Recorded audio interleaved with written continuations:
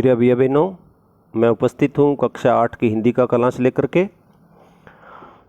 आज हम हिंदी के क्लास में हमारे हिंदी का जो व्याकरण है उसके बारे में पढ़ेंगे। पहले व्याकरण का कुछ जो बिंदु हैं वो मैंने करवा दिए हैं, जैसे संज्ञा, सर्वनाम, विशेषण, क्रिया।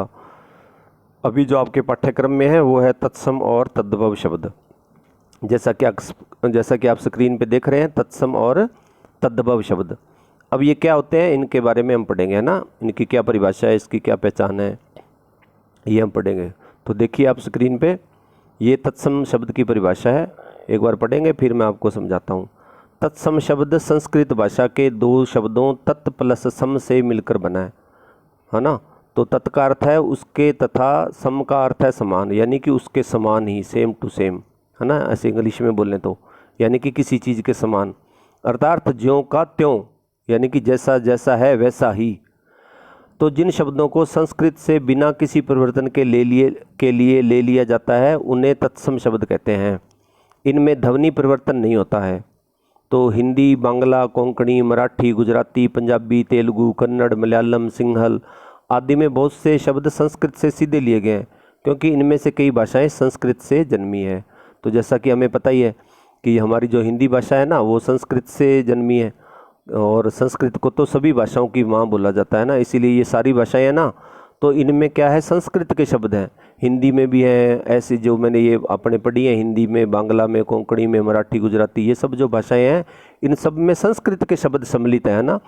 तो ऐसे जो शब्द होते हैं ना, जो संस्कृत के शब्द थे और इन भाषाओं में सीधे सीधे वैसे ही आगे, उनमें उनके बोलने में कोई परिवर्तन नहीं आया, उनके लिखने में कोई परिवर्तन नहीं आया, तो उनको ही तत्सम शब्द कहते हैं। तत्सम, जैसे तत्सम का अपने ऊपर अर्थ पड़ा है कि तत् मतलब सम, वैसा, समान, ज्यों का त्यों।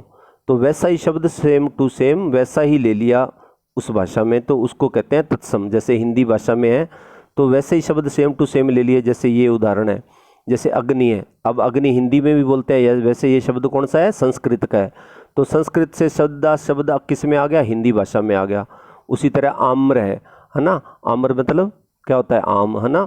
तो ये भी संस्कृत का शब्द है, ये हिंदी में आ गया, तो ये क्या हो गए, इनको, ऐसे शब्दों को क्या बोलते हैं, तत्सम बोलते हैं। जैसे अमूल्य है, ये भी संस्कृत का है। चंद्र, क्षेत्र, अज्ञान, अंधकार, तो ये सारे संस्कृत के शब्द हैं। ये वैसे के वैसे ही हिंदी में आ गए, तो इनको बोलते हैं तत्सम शब्द। ठीक है। अब है तद्भव। तद्भव की परिभाषा क्या है। तत्सम शब्दों में समय और परिस्थिति के कारण कुछ परिवर्तन होने से जो शब्द बने हैं उन्हें तद्भव कहते हैं। तद्भव का शाब्दिक अर्थ क्या है, यानी कि तद्भव का मतलब क्या है, उससे बने, तत्म प्लस भव, उससे उत्पन्न, अर्थात जो संस्कृत से उत्पन्न हुए हैं। यहाँ पर तत् शब्द भी संस्कृत भाषा की ओर इंगित करता है, अर्थात जो संस्कृत से बने हैं। और इन शब्दों की यात्रा संस्कृत से प्रारंभ होकर के पाली, प्राकृतक, अपभ्रंश भाषाओं के पड़ाव से होकर गुजरी है और आज तक चल रही है।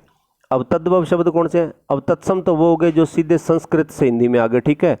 अब जो तद्भव है ना, इनका पता क्या हुआ है, तो ये संस्कृत के शब्द, ठीक है ना। जैसे तत्त है, तत्त भी संस्कृत का शब्द है, यानी कि जो उससे उत्पन्न हुए हैं। ये उत्पन्न तो संस्कृत से ही हुए हैं, लेकिन क्या हुआ कि धीरे धीरे इसके कारण क्या हुआ, जैसे अन्य भाषाओं में आ गए तो उन भाषाओं का इस शब्दों पर असर हो गया, और कुछ बोलने के अपभ्रंश हो गए। और उसी तरह कुछ क्षेत्र का भी फर्क पड़ता है, जैसे अपने यहाँ अलग भाषा में बोलते हैं ना कुछ शब्दों को, तो उसी तरह कोई अन्य राज्य में जाएंगे, जैसे पंजाब में जाएंगे तो वहाँ बोलने का अलग स्टाइल है ना, हिंदी को भी वो पंजाबी की तरह बोलते हैं। और उसी तरह पाली, प्राकृतक, ऐसे कुछ चीज़ें, मतलब कुछ जो क्षेत्र के कारण हो गया और कुछ भाषाओं के कारण वो जो शब्द थे ना उनको बोलने में, लिखने में परिवर्तन हो गया। तो जिन शब्दों में परिवर्तन हो जाए वो क्या हो गए, वो तद्भव हो गए। है तो दोनों ही संस्कृत के, तत्सम भी और तद्भव भी। तो तत्सम तो क्या होते हैं, जो बदले नहीं है, सेम टू सेम, वैसे कि वैसे अन्य भाषाओं में आ गए। और तद्भव क्या है, तद्भव जो अन्य अन्य कारणों से, यानी कि चाहे तो वो क्षेत्र के कारण से, चाहे भाषा के कारण से, चाहे मतलब बोलने की दृष्टि से, वो उनमें थोड़ा थोड़ा परिवर्तन आ गया, तो उनको कहते हैं तद्भव। जैसे ये शब्द है, जैसे मुख है, अब मुख से मुंह बोलने लग गया ना, और पंजाबी में तो कहते हैं मुंह तेरे मुंह थे। उसी तरह ग्राम है, अब ये है तो संस्कृत का शब्द, लेकिन अन्य भाषाओं में आ गया तो ये गांव बोलने लगे। उसी तरह संस्कृत का शब्द दुग्ध है तो उससे दूध बोलने लगे, भातृ है तो इससे भाई बोलने लगे। तो ये है तत्सम और तद्भव। अब है तत्सम और तद्भव शब्दों को पहचानने के नियम क्या है। अब ये है कि हम इनको पहचानें कैसे कि कौन सा तत्सम है और कौन सा तद्भव है। तो ये कुछ नियम है, हम इनको भी पढ़ेंगे। तत्सम शब्दों के पीछे क्ष वर्ण का प्रयोग होता है और तद्भव शब्दों के पीछे ख या छ शब्द का प्रयोग होता है। जैसे पक्षी है ना, तो ये तत्सम शब्द है, क्ष का हुआ। और उसी तरह अगर तद्भव होएगा तो उसका क्या बनेगा, पंछी, क्योंकि ये इसमें परिवर्तन हो गया तो उसके पीछे क्या होएगा, छ होएगा। ये एक। दूसरा पहचान ये है, तत्सम शब्दों में श्रेय का प्रयोग होता है और तद्भव शब्दों में स का प्रयोग होता है। जैसे धन श्रेष्ठी, तो इसमें हो गया धन सेठी, अब श्रेय की जगह क्या हो गया, से हो गया। तो ये दूसरी पहचान। तीसरी पहचान क्या है, तत्सम शब्दों में श का प्रयोग होता है और तद्भव शब्दों में स का प्रयोग होता है ना। जैसे दीप शलाका, उसी तरह अगर वो तद्भव होगा तो बनेगा दिया सलाई। अब तत्सम शब्दों में श वर्ण का प्रयोग होता है, श षटकोण वाला ना, जैसे कृषक, और उसी तरह तद्भव होगा तो उसमें स का प्रयोग होता है, किसान। ठीक है। फिर पांचवा ये है कि तत्सम शब्दों में री की मात्रा का प्रयोग होता है। जैसे कृत गृह है ना, तो इसको जिसका जो तद्भव बनेगा वो है कचहरी। और तत्सम शब्दों में रे की मात्रा का प्रयोग होता है, जैसे आम्र है ना, तो उसी तरह इसमें रे की मात्रा का प्रयोग नहीं होता तद्भव में, इसमें जैसे सीधे लिखा जाता है आम। उसी तरह तत्सम शब्दों में वह का प्रयोग होता है और तद्भव शब्दों में बै का प्रयोग होता है, जैसे वन, और इसमें हो गया बन। ठीक है। तो ये इनकी क्या हो गई, पहचान। अब है तत्सम और तद्भव शब्द है ना, ये कैसे कहाँ से शुरू होते हैं। तो ए और आ से जो शुरू होने वाले शब्द हैं वो तत्सम। कुछ शब्द मैंने यहाँ दिए हैं ना, वैसे तो बहुत सारे शब्द हैं, लेकिन मुख्य 8-10 शब्द मैंने सारे अक्षरों से दिए हैं कि कौन कौन से शब्द तत्सम से शुरू होते हैं। जैसे ए और आ से शुरू होते हैं, आम्र, आश्चर्य, अक्षी, अमूल्य, अग्नि, अंधकार, अगम्य, अकस्मात, आलस्य, अश्रु, ऐसे ये 12 शब्द हो गए।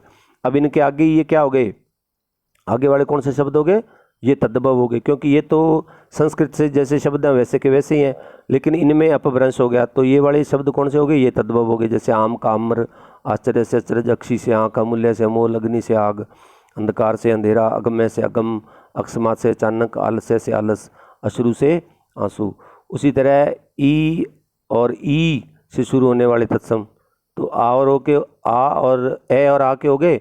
अब ई और ई से जो शुरू होते हैं, इक्षु, ईर्ष्या, इष्टिका, तो ये क्या है, ये तत्सम है और इधर ये तद्भव है। इक्षु से ईंख, ईर्ष्या से ईर्षा और इष्टिका से ईंट। अब ये नीचे है ऊ और ऊ से शुरू होने वाले तत्सम और तद्भव।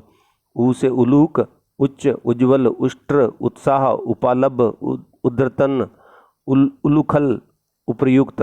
अब इधर इसके क्या हो गए, तद्भव हो गए। उलूक उल्लू, उच्च ऊंचा, उज्ज्वल उजला, उष्ट्र ऊंट, उत्साह उच्छा, उपलब्ध उलाहना, उद्यत उदरतन, उबटन, उलूखल, ओखली, उपयुक्त, उपरोक्त। तो इस प्रकार ये ऊ और ऊ से शुरू हो गए। तो अभी और भी शब्द ऐसे हैं ना, तो अगले वीडियो में हम और शब्दों को भी मैं आपको भेजता रहूँगा।